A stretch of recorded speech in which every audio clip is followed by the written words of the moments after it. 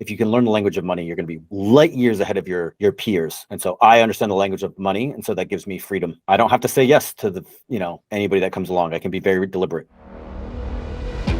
Welcome to the Young and Driven Podcast, where we explore the world of entrepreneurship. Join us as we dive into the nitty-gritty of what it takes to start, grow, and scale a successful business. We're on a mission to share our experiences, failures, insights, and advice with others. Whether you're just starting out in your entrepreneurial journey or you're looking to take your business to the next level, tune in and join the conversation about what it takes to succeed in the world of business. We going full throttle.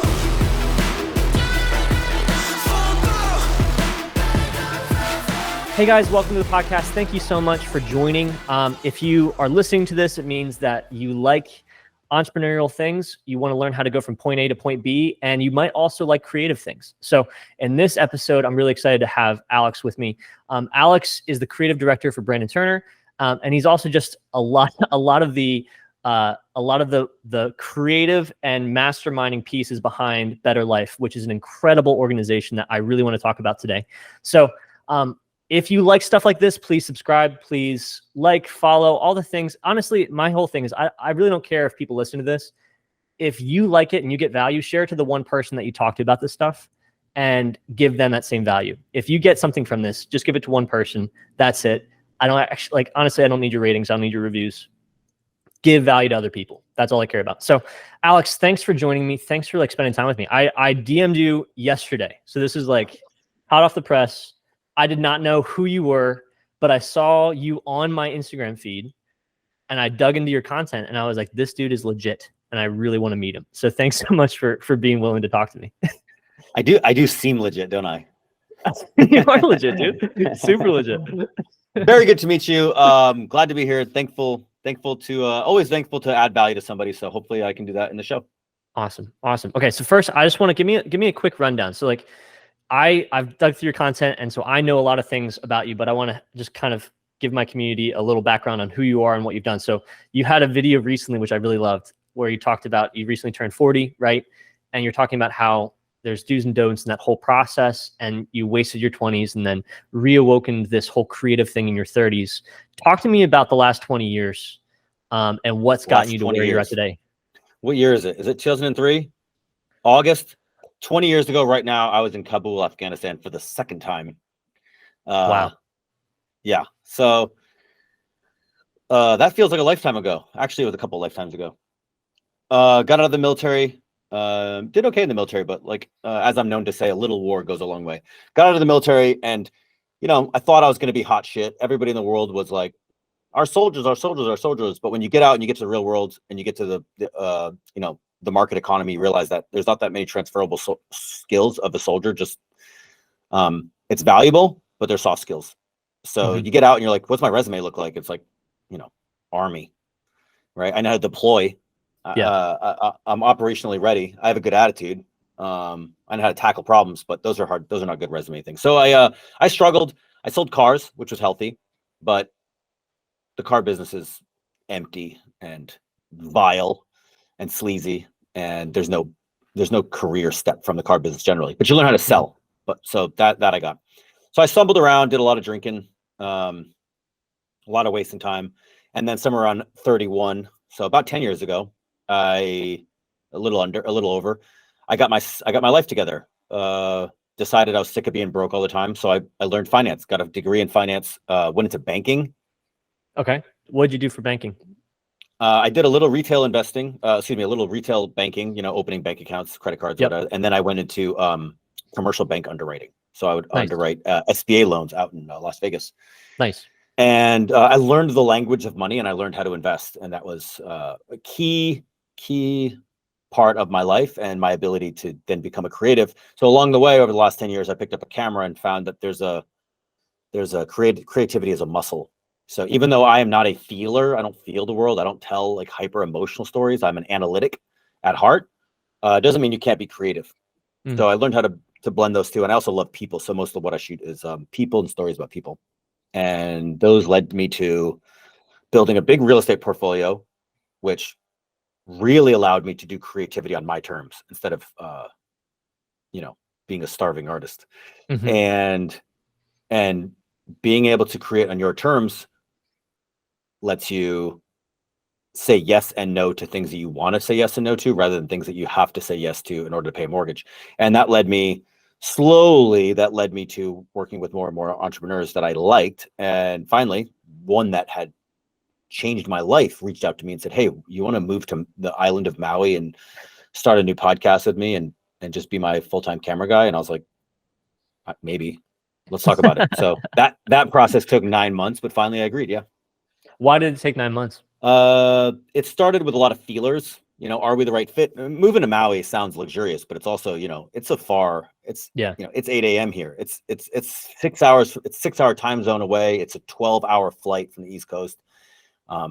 It's quite the distance, right? Logistically, it's difficult to get things and people here. It's expensive to live here, right? It's not an easy commitment to move your life to the island, although it is a nice life here. Also, I don't want to work for one person unless that's the right person. So again, the financial freedom allowed me to really decide, is this what I want to do? Because what I don't want to do is come to Maui and then have to go find gigs or whatever like that. So it's important to take your time and find the right opportunities in life and say no to the wrong opportunities, even though they might seem shiny. Yeah. So 9 months, he was feeling me out. I was feeling him out. We worked together 3 or 4 times along the way. I flew out to Maui a couple times. We did some work on the mainland together, just to make sure that we had this the right vision, which I have the luxury of doing. A lot of creatives are looking to pay bills, and they don't have that luxury. But what I tell a lot of creatives, is I just got done doing a podcast today where I was like, look, every creative needs to learn the language of money. If you can learn the language of money, you're going to be light years ahead of your peers. And so I understand the language of money, and so that gives me freedom. And I don't have to say yes to anybody that comes along. I can be very deliberate. I love that. And I think that's something, you're highlighting something where a burden for me, and even in starting my own business, I was discovering that creatives are really great at creative and really bad at business, not just money, just business. They're really bad at figuring out what they're worth, believing in themselves that they're worth that much, and then being willing to say yes or no when someone doesn't deem them that they're that valuable. And the funny thing is, business owners, amazing at business and amazing at money, usually, a lot of times. And the reality is they're so creative in all these different ways, in all these analytical ways and in all these business ways, but they usually suck at creating art and actually making something look great. And so there's a need to have that gap bridged, where I think more creatives should know that they need to stop doing the $500 projects. Yeah, that's part of it. That's the tortured artist, right? That's that's the internal. But a lot of times it's not just, for me, I'm not a great business person. I'm actually a good investor. I understand the language of money. And so it's not just means you have to be a good entrepreneur, a good business owner, systems and operations. You don't necessarily have to be good at that. I'm not. Okay. But what I understand is what to do with money when it comes in. I understand how to invest into my future. And so what it means is when money comes in, I use it wildly effectively. And so I collect assets, I collect cash flow, I collect passive income. And I don't know I'm not a great business owner, but when there's money in the bank and there's assets on the balance sheet and there's passive income coming in, I can just say no to a lot of things. And so, one of my first big gig that I get every year is I shoot the Bigger Pockets conference. Bigger Pockets is the biggest real estate investor conference, and I shoot that every year. And when they asked me to do that, I told them no.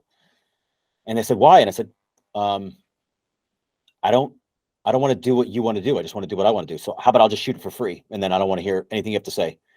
And because of that, they offered me a check so big that I ended up saying yes. But it's not because I was a good negotiator. And it's not because I believed what I was worth.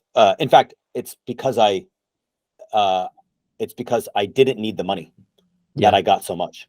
And so I think for a lot of artists, they think I have to learn this business, and maybe you do, and maybe you don't.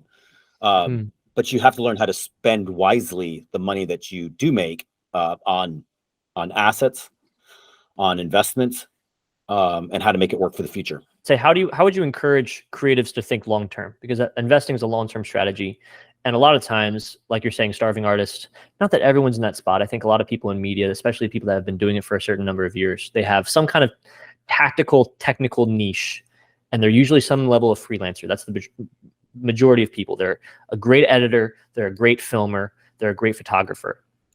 So like it's somewhere in there, maybe a great graphic artist or a great copywriter, right? How do you help someone like that think beyond the monthly retainer and start thinking towards how do you invest in your future and how do you invest in yourself? Look, it depends on what you want. I don't want to be tied to a business that's every month I got to go find leads. Every month I got to answer those leads.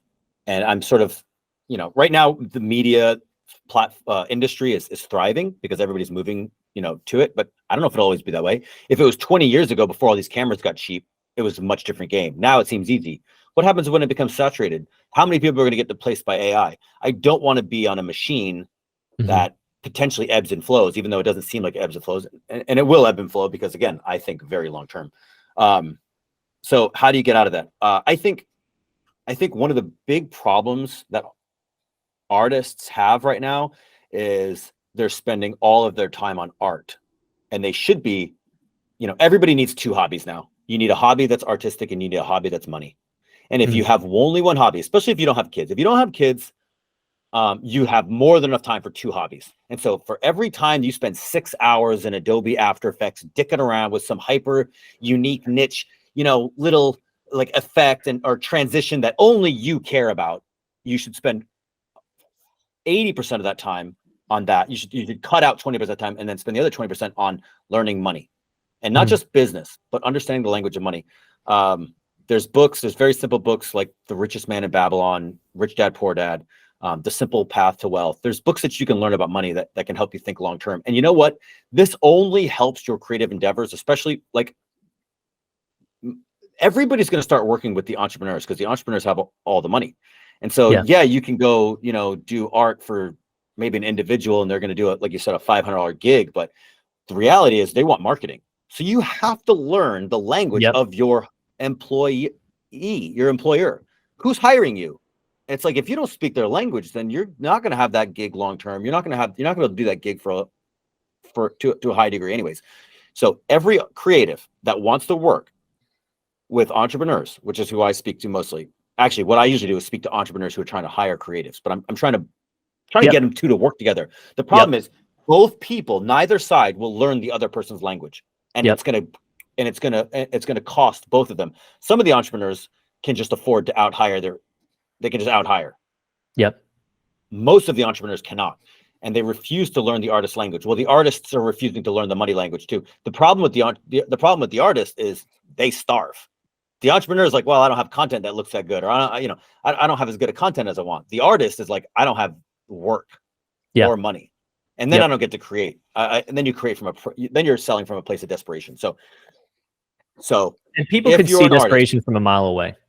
You can see desperation in content from a mile away. It's super easy to see it. Well, you can smell it on a human being. Yeah. So I think the one of the biggest things the artist can do, the thing that separated me, the thing that allows me to get work that other people can't get, is that I don't need it. Yeah. I made all my money in real estate. So which like, is hey, you want this job? And I'm like, nah, I'm good. They're like, well, now I really want you. Now the desperation goes the other way. Yeah. And I love that because like you're creating not necessarily a sense of urgency, but there's a scarcity aspect of it where when you're that confident in your own skill set, and when you're able to be at a point as soon as possible where you're choosing what you want to do, right? Like, I love that's part of what your brand is in terms of what you project. Like I'm meeting you for the first time, so it's hard for me to know like who you are. But like I understand that your brand seems to be like, I love the things I work on because I know the value they bring to the community. I know in the end that what I'm working on matters. And there's a lot of people that probably want to do that, both entrepreneurs and creatives. They want to work on something that impacts people positively, generously, right? But the reality is they feel like they have to eat a lot of shit in order to get to that point. And I actually would argue you don't. I would argue that if you accurately value yourself and you accurately invest in your skill set and the things that other people value, like what do entrepreneurs value? What kind of communication style do they value? What kind of results do they value? And if you learn to speak that language exactly like you're saying, like, then you can jump to how can I help people give the most to their community? And that's such a better argument versus like, let me get you views and let me get you money. Look, if you're in the organic space, I make organic content. Okay. Yeah.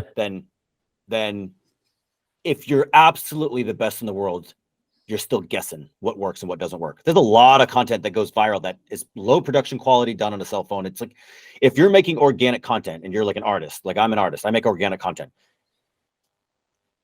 There is no, like, converting is a guess, as good a guess as anybody else. So like,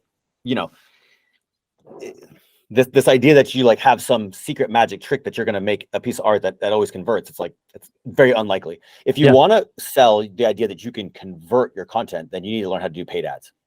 If you're an artist and you want to do art, then I believe you have to find a partner, an entrepreneur partner. And I believe this is happening more and more now, where the entrepreneur is like, hey, I really can't afford to pay you what you're worth, but I'll give you a piece of equity, or I'll give you a piece of like this podcast revenue and you make the podcast and things like this. And that's coming. But the better option, the easier option, in my opinion, is go get financial freedom for yourself. And then you can work on whatever you want to work on. Yep. And the money will come. Yep. And that's not what I think a lot of people want to hear, but that's what's best for them. Talk to 20-year-olds though. Talk to 20-year-olds that are hungry. So my podcast is called Young and Driven. And a lot of the people that follow me are probably people that are wanting to go against the norm and caring about like, how do I be different than everybody else and get to the point where I'm 35 and I feel successful because I'm doing the things I want to do. Yeah. They don't have financial freedom, but they want to do it. Yeah. You got to network your little tail off. Okay. There's a lot of entrepreneurs. The thing about entrepreneurs is they have money. And so there's a lot of entrepreneurs that want content that you can go off and you can do a little bit and you can get either pieces of projects, so you can get a piece of equity on things. Every entrepreneur in the world right now should have a podcast. Podcasts make money. Why don't you go build a podcast for somebody say you do it for free on the side. Say, I'll do this podcast once a week. I'll come by, I'll record all this stuff. I want all the revenue. I want 80% of the revenue until I make X, and then we can shift. And entrepreneurs can be like, hey, I got a free podcast. Yeah.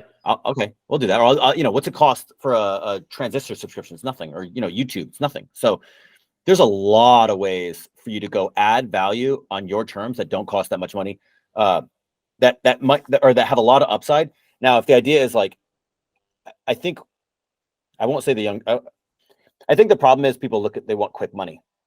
And so they're like, well, that is Alex, I'm not going to go out there and work on do all these jobs for free. I'm like, okay, fine. Then go do them paid and you end up making ends meet anyway. Yep. So it's like, go broke for the long term. The biggest problem that 20-year-olds have, the biggest problem that I had when I was 20 is you just think short term. You're not thinking about 35. You're thinking about this weekend.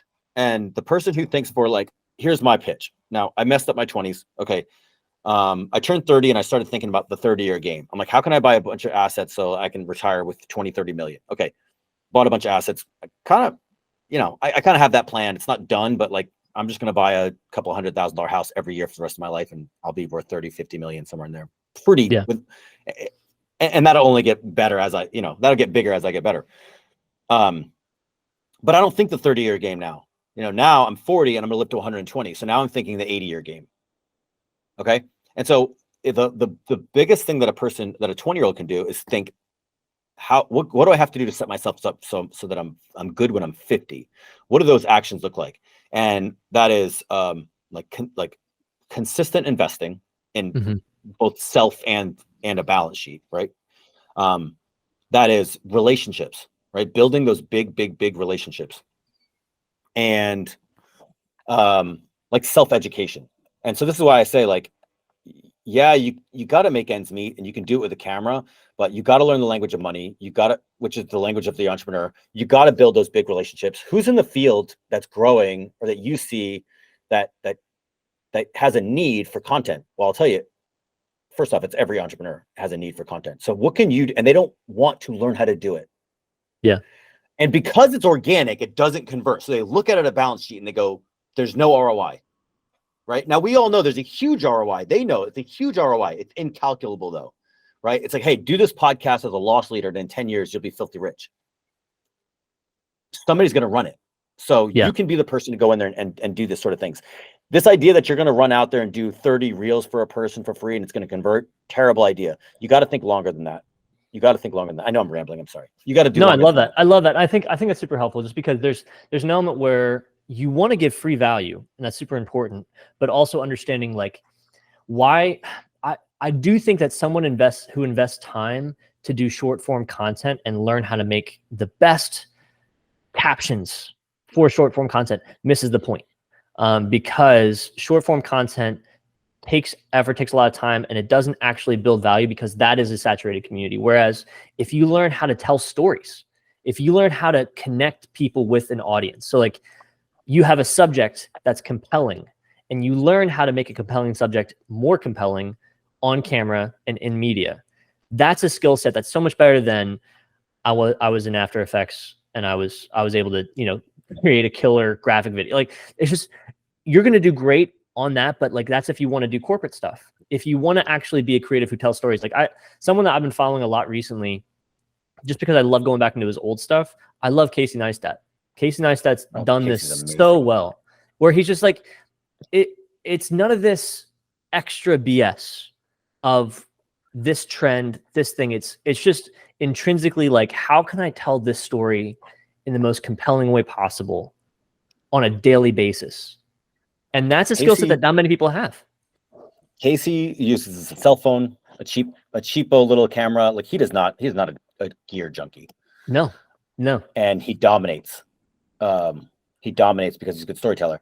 So I think a lot of times what we do is we see these shorts that it's a lot of sound design, it's a lot of crazy transitions, it's a lot of captions and the B-roll and this and that. And it's all good, but a lot of times it is covering up shitty content.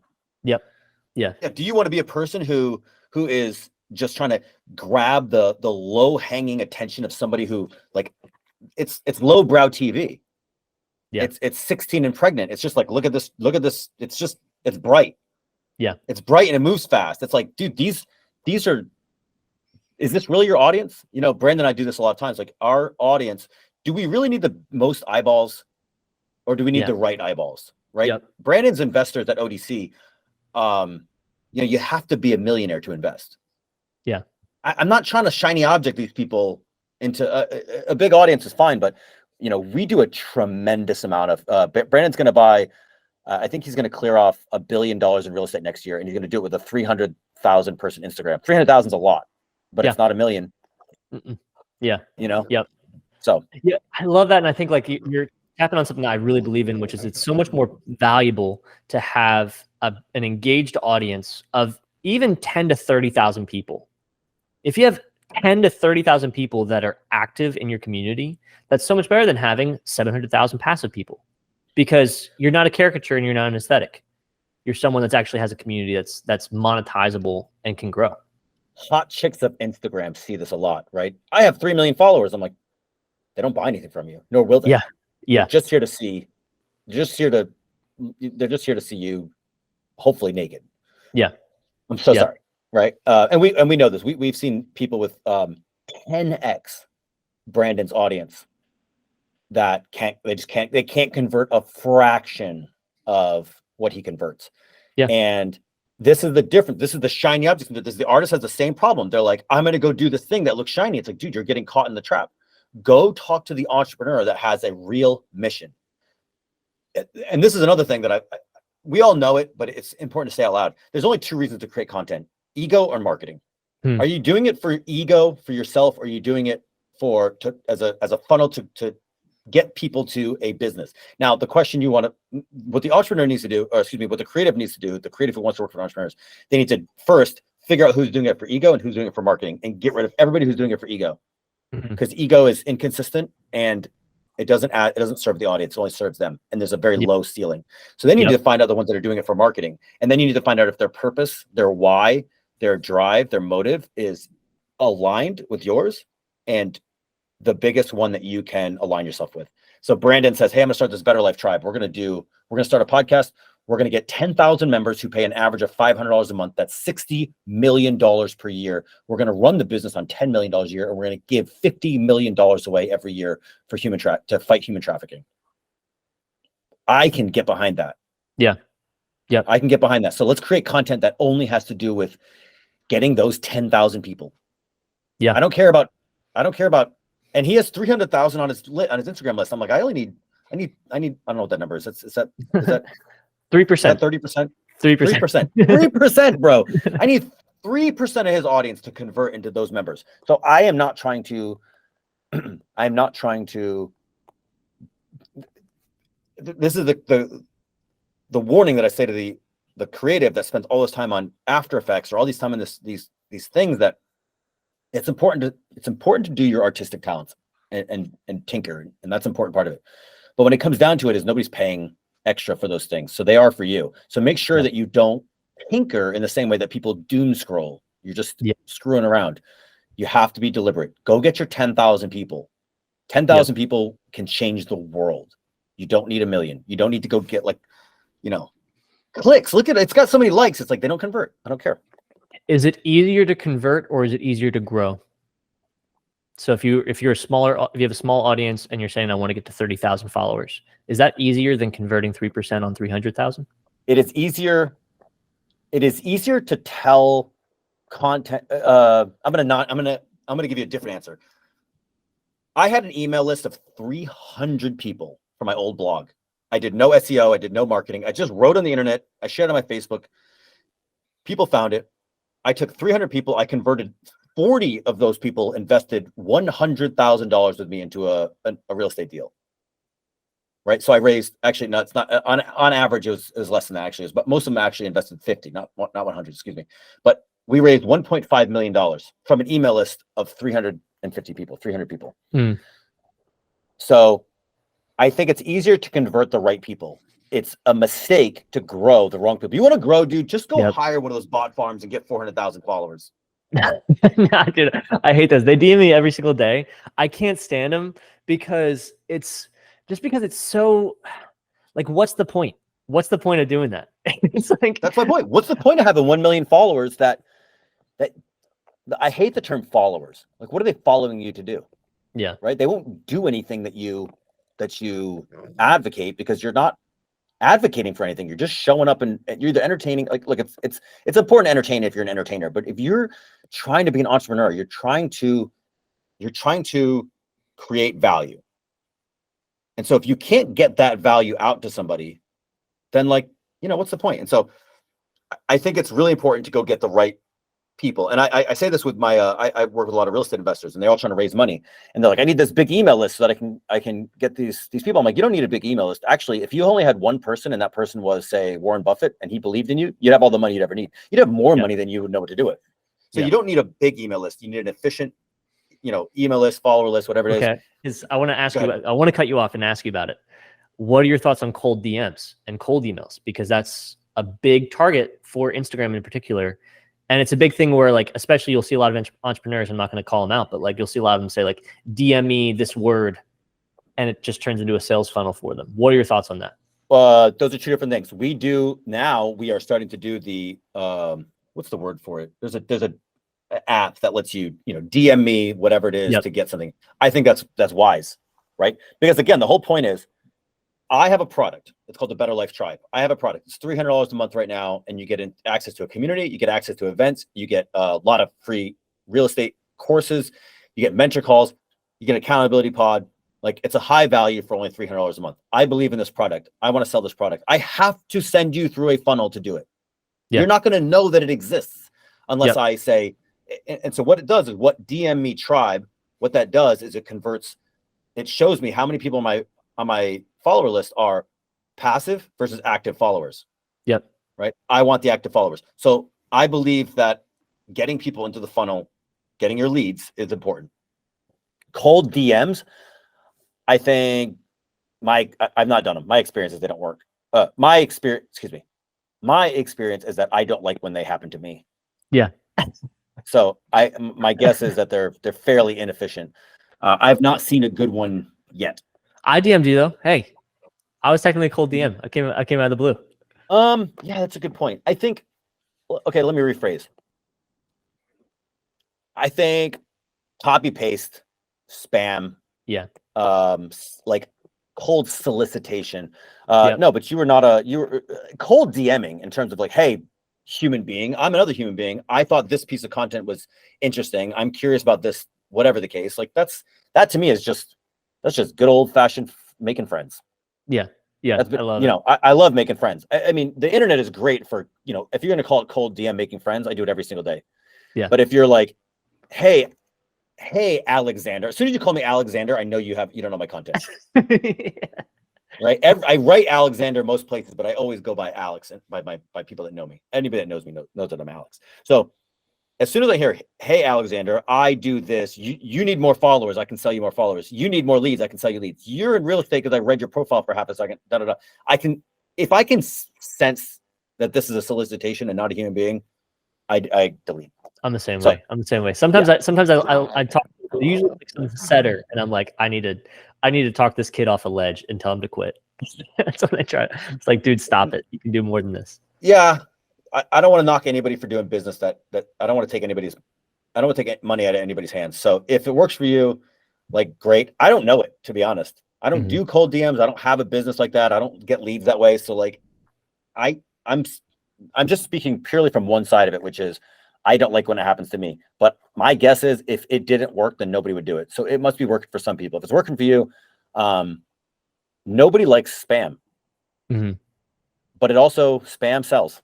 Spam works. So it's true. I hate that. Yeah, but it's true. I think the last part I'll say about this is spam only works for lowbrow businesses. It doesn't work on high dollar clients. It doesn't work on sophisticated clients. It's going to work on, you know, sort of cheapo products, in my opinion. So if you're an entrepreneur or a creative and you're trying to work with an entrepreneur and they're like, yeah, let's do this cold DM campaign, my guess is you're probably selling something that, you know, how do I say it delicately? If you want to go far in life, only work on things you believe in. If you don't believe in it, then, you know, you're selling something you don't believe in. There's not a high ceiling for that. How do you find the thing that you believe in as a creative? How do you find the entrepreneur to partner with that you believe in what they're doing? Much harder. How do you find out what you believe in? It's pretty actually sort of simple. Spend a day, write down all the things you don't like doing. And whatever's left, right, is uniquely you. What is my hero, a guy named Nassim Taleb, my absolute hero, is my favorite person on planet Earth. He says, it's just as important that you find anti-models in life, people you don't want to be like. Go find all the anti-models and be like, nope. And the people that are left are like, those are my people. That's way easier than trying to find all the people that you think you want to be like, or you think you like. It's easy to find people you like. And if you're, you know, if you're a humanist, then you can probably find something you like in everybody. That's not helpful. Yeah. It's not helpful to find out who you are. So find all the things you don't want to do. I don't like shooting landscapes. You used to you have a lot of photos of doing the ocean, doing sunsets. That's even this past summer you've done a lot of that. Yeah.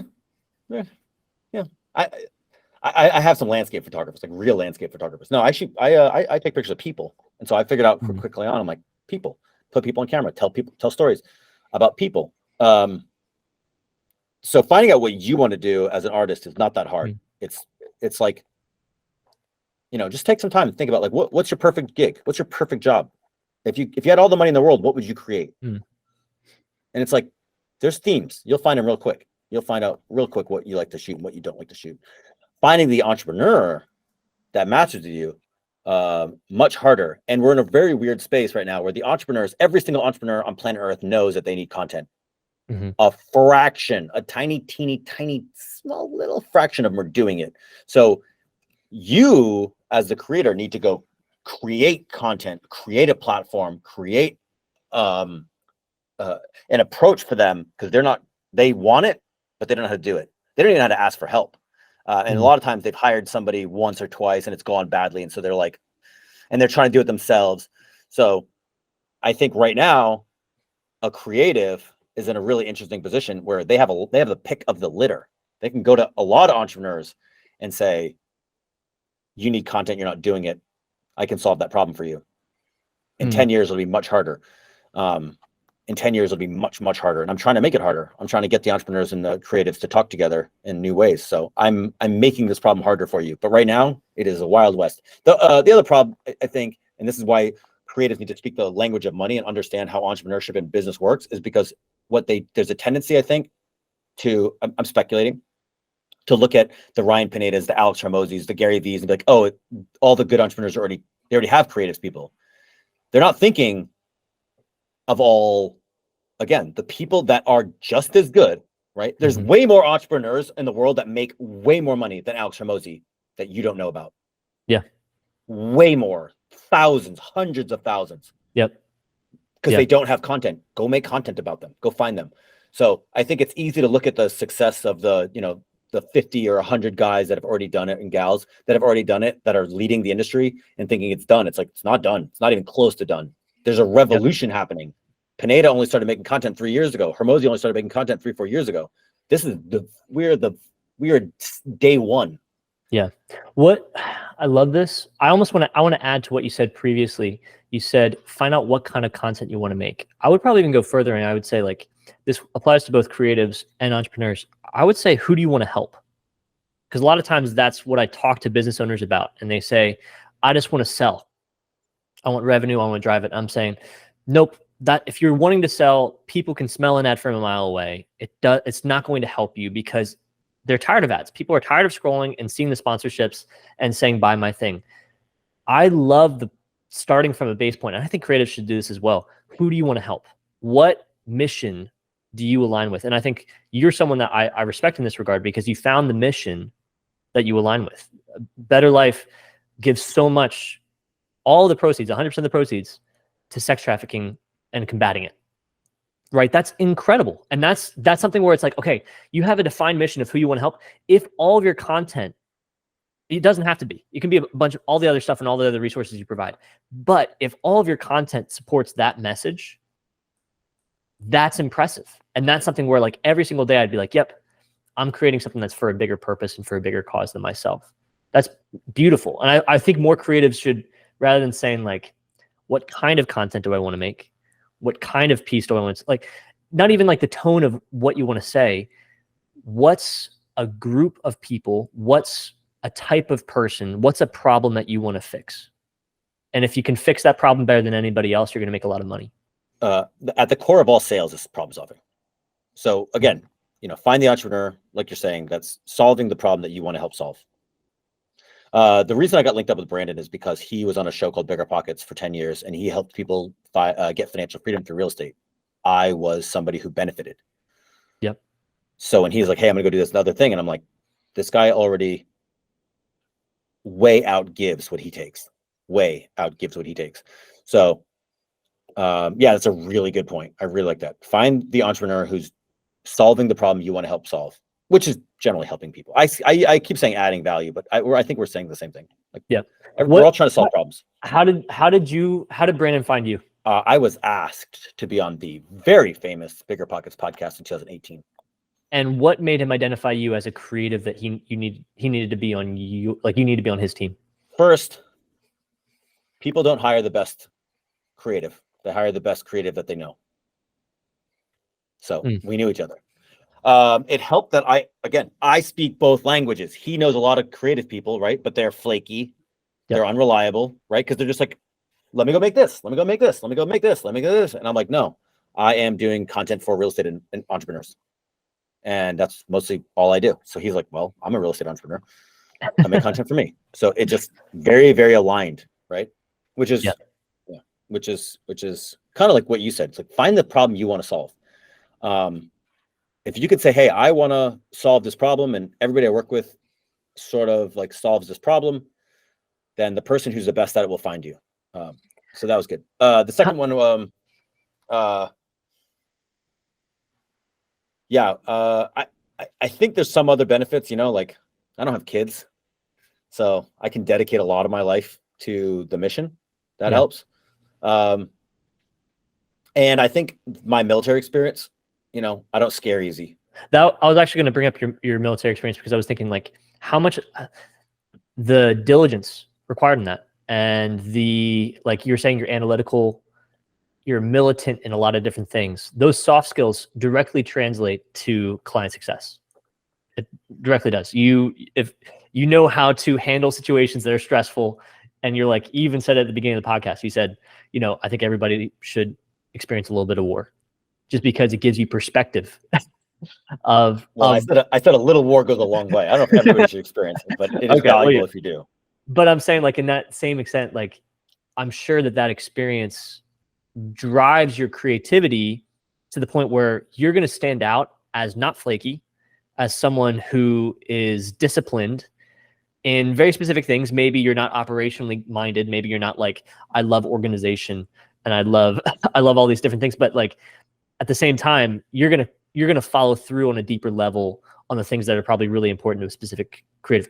How would you encourage other creatives to stand out when it stops being about the art form? And just like you're saying, it's about if you're known, not if you're the best.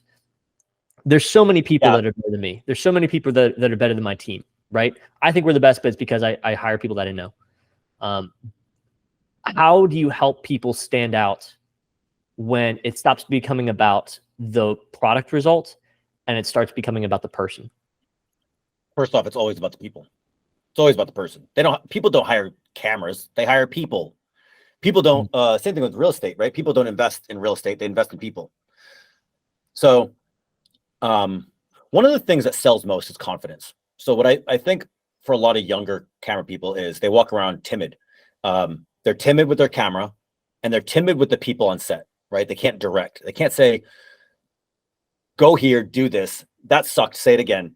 They got to get some internal confidence so they can walk into a room and lead, right? Yeah. Brandon is my boss. When we are on set, I'm in charge. Yep. Whatever you call it. I don't care about the titles, but the dynamic is I know what is best. I'm going to dictate. Yesterday we did this video. He's like, hey, I'm just gonna do it on my cell phone. No, I'm here on island. We have this equipment. I want to make you look good. We're gonna do this video. We're gonna do a 2-camera setup. We'll do a light. We'll do it here.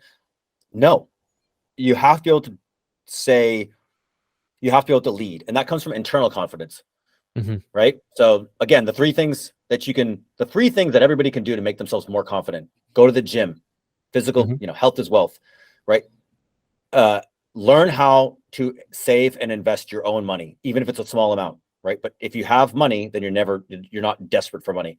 And the third one is read books. If you are intellectually well-versed and communicate well, which comes from reading, then you're going to maintain a different intellectual dynamic with people. So, and it gives you intellectual confidence. So then you have financial, physical, and intellectual confidence. Then you're a powerhouse human being. Now, if you can get good with your camera and have results, dude, you're unstoppable. And the military does a lot of that. The military does a lot of that for me. Yeah, I love that. And so how does someone? There's a difference between confidence and arrogance. People hate arrogance generally. People love confidence, but there's a meekness required. There's a humility required in specific moments. How would you encourage? I'm thinking about someone that's young, that's like, okay, I can just be confident. And then they're also assholes. And I don't want that. How does someone be confident and not be arrogant and prideful? Confidence comes from accomplishment. So arrogance is pretending to be confident and then thinking that everybody else in the world is dumb enough to be tricked. They're not tricked. They know that you're faking it. So again, you go to the gym. What happens? You get in shape. You also realize that there's always going to be people that are in better shape than you. So you get confident, but you get humble. So you're like, okay, I'm good. It's in my hands. I'm in control. I look good. I feel good. I'm strong. Also, I have work to do. Go read books. The first thing you realize when you start reading books is you're not as smart as you thought you were. And you can never read all the books. So you're always going to be dumb. And you get smarter every single time. That's confidence and humility. Okay. And then money. Go put $100,000 in the bank. You're going to realize real quick that $100,000 is not enough money. It's not a lot of money, right? Even $1 million. Like you still got to go to work every day. Okay. So now you are humbled because you realize that this big money that you thought was going to change your life is not as much as you thought. Also gives you confidence. Like, well, I don't have to work for things that degrade me anymore. So the arrogant person, the person who's posturing, right? You're just going to see through that, because as soon as we have a conversation, I'm going to realize, first off, I'm going to look at you and I'm going to know whether or not you went to the gym. Then we're going to have a 5-minute conversation and I'm going to know whether or not you read books. And then if we talk business at all, I will know whether or not what your financial situation is. Yeah. I love that. And so you can lie to me, but I'm not. You can sell me a lie, but I'm not buying it. I think something, and essentially what you're saying, and I love this. You're saying that arrogance is demanding respect from other people. Confidence is just having respect for yourself. There's nothing outside of yourself that demands that someone needs to give you attention. You're just confident in who you are and what you're building and your own journey. Versus arrogance says, I am here and I need you to affirm it in order for me to feel good. Yeah, I would change that a little bit. Arrogance is not necessarily demanding, it's hoping. Right? It's hoping. It's a sales pitch. It's like, look how great I am. And I'm like, you know, why are you great? And it's like, no, just trust me. It's like, yeah, no, I'm not gonna trust you. I love I'm not gonna trust you. I love that. That's so great. All right. So I want to land this because I think this is so valuable to people. Can you just tell me about Better Life? If there's anybody in my community that wants to contribute to this, you're an evangelist for it. Tell me about it. Tell me about why I should be doing this, why everyone involved should be like, there's one of the 10,000 people that you're looking for is going to be listening to this podcast. Yeah. Tell them why they should join this tribe. First, 100% of profits go to charity. Brandon's not going to make $1 off this. He doesn't even take a salary. It's going to go to charity to help fight human trafficking. 2, the internet has largely democratized information. So while there is a lot of information for sale these days, and not to say it's not valuable, the only value is in packaging up efficiently, which we do some of that, right? So if you come join the Better Life Tribe, you do get information on real estate and a lot of its health and relationships and how to improve. But the thing that changed, the thing that people really need now is not information. If you want to get in shape, you know what to do. If you want to lose weight, you know what to do. If you if you want to make money, you have something to learn. But once you know what to do, that doesn't automatically make you money. There's a lot of smart broke people. Yeah. The thing that you need is habits and accountability. And that's what the Better Life Tribe provides, is it provides a small group of people that are like-minded, that have similar goals to you, that meet every week, and they demand the best out of you. And you're going to demand the best out of them. And so it becomes like half coaching, half accountability. And so what it does is it converts all the things you know you need to do into somebody into a small group of people that believe in you, want the best for you, and demand the best out of you. And the problem with strictly education is there's no follow-up. There's no accountability. It's just like, hey, I can tell you how to get rich, right? I tell this all the time. Go buy one house a year for the rest of your life. You're done. Go buy one house for the rest of the year. You're going to be a multi 10, 20, 30, 40, $50 million millionaire. You'll be fine. And you'll have the cash flow and equity. I'm like, you're going to be you'll have more money than you have to do with. Go buy one house a year. Now, who's going to hold you accountable to actually doing that? Right? If you don't do it this year, who's going to kick you in the ass? Who are you going to let down besides yourself? Which is actually the easiest person to let down. It's also the easiest person to lie to and say, I'll do it next year. So the Better Life Tribe, what we do is we provide this framework for creating habits, goal setting, and then we provide a system, an accountability pod system that holds you accountable and demands the best out of you. There is education that comes with it. That's included. There's events, which access is included, but they're additional cost because it's expensive to host events. But we are helping people make their life better, and then with the money, we are fighting human trafficking. So I want to hone in on this. I think everyone should, like, this is part of what we're talking about. We're saying investment in yourself and confidence. Everyone should invest in something. Like, I mean, Alex Hormozy says it's like the SME 500, right? You need to be investing in yourself no matter what. And I've spent, I think, something like $20,000 in this last year just in coaching. Some of it was helpful, some of it was unhelpful, but all of it I don't regret because it makes me the person I am. And I learned the things I've learned, and I've had access to people that have improved my life. I think everyone should invest in something like this. And the reason I'm going to say you should invest in this is not just because it has community, but because the investment not only is in yourself, but it's in something worth fighting. It's in something that's worth your dollars, whether you get benefit from it or not. It's like, you want to do this. You want, like, this is something that's been in your back of your mind. You've seen this. You've seen the Ashton Kutcher in front of, in front of the Senate. Like, you see these videos and you're saying, man, I really know that I need to be doing more part of this. This is a way to do both of those things. Invest in yourself and invest in that fight. And that's incredible. And it's grossly underpriced. I mean, we're going to do, over the next 6 to 8 months, we're going to do 10 courses for real estate from high-level real estate investors that are probably $10,000 courses each, and we're going to give those to our tribe members. Brandon is doing a mini course for free. That's about an hour. He's going to do a big course for free. That's going to be about 8 hours. And that's probably an $8,000 to $10,000 course, right? That's going to go to tribe members for free. It's grossly underpriced, and there's a lot of people. I'm part of another mastermind for veterans called the Real Estate War Room, and it's a real estate. It's about the same price, and I get a fraction of it. And actually, Brandon is a part of a lot of these masterminds. He's part of GoBundance, which for those that don't know, I think is $15,000 a year. Mm-hmm.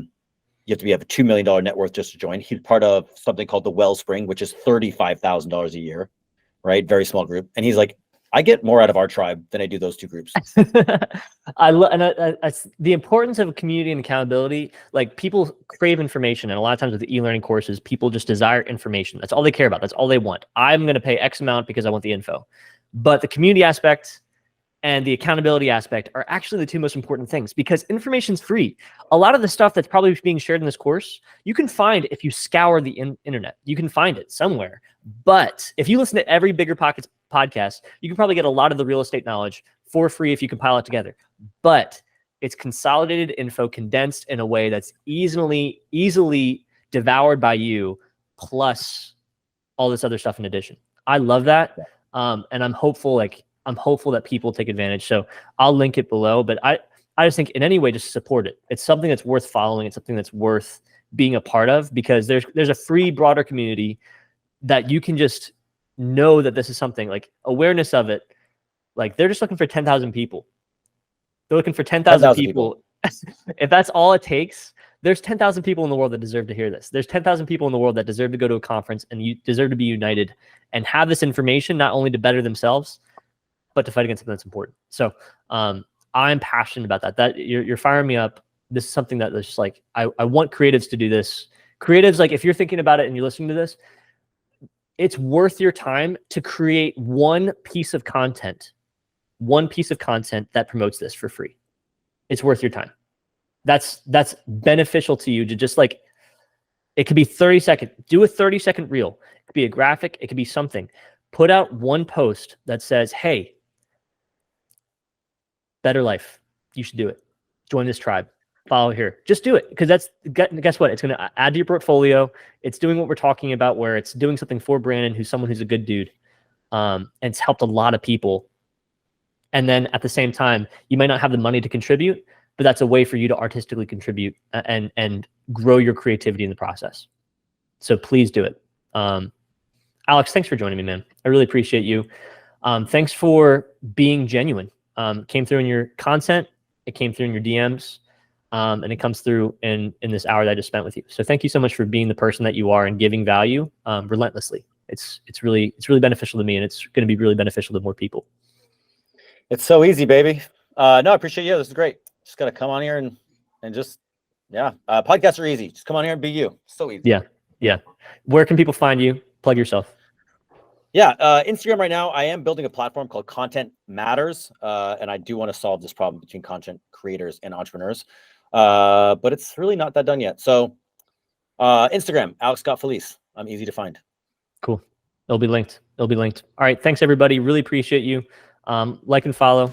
Love you. See you in the next one.